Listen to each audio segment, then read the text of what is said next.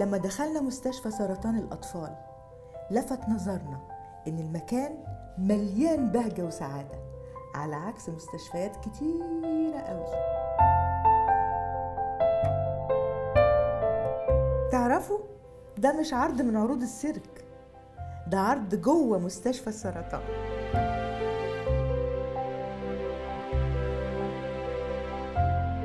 يا رب يشفيكي يا حبيبتي، يا رب يشفيكي. المهمة بتاعتنا دلوقتي ما ينفعش أعملها لوحدي، لازم لي فريق، بس مش زي أي فريق جاي مخصوص عشان مهمة نبيلة.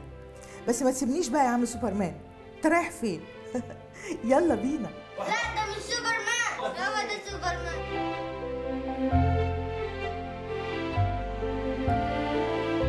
الأطفال اللي بياخدوا جرعة كيماوي بيبقوا عايزين يلعبوا ويفرحوا، نفسهم حياتهم تبقى بالألوان مش بالأبيض والأسود بس.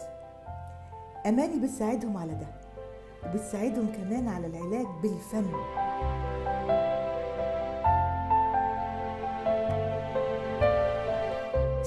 استنوا قبل ما امشي. الأطفال اللي هنا بيتعلموا حاجات ممكن يكون في كتير غيرهم ما يعرفوهاش. عارفين زي ايه مثلا؟ ما تضحكوش، زي غسيل الإيدين.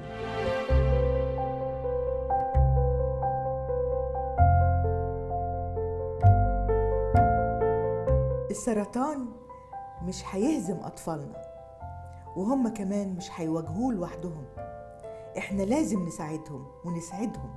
عشان كده اعتبروا أي مستشفى للأطفال بيت عيلة، لازم تزوروه وتطبطبوا وتساعدوا وتحضنوا وتسعدوا.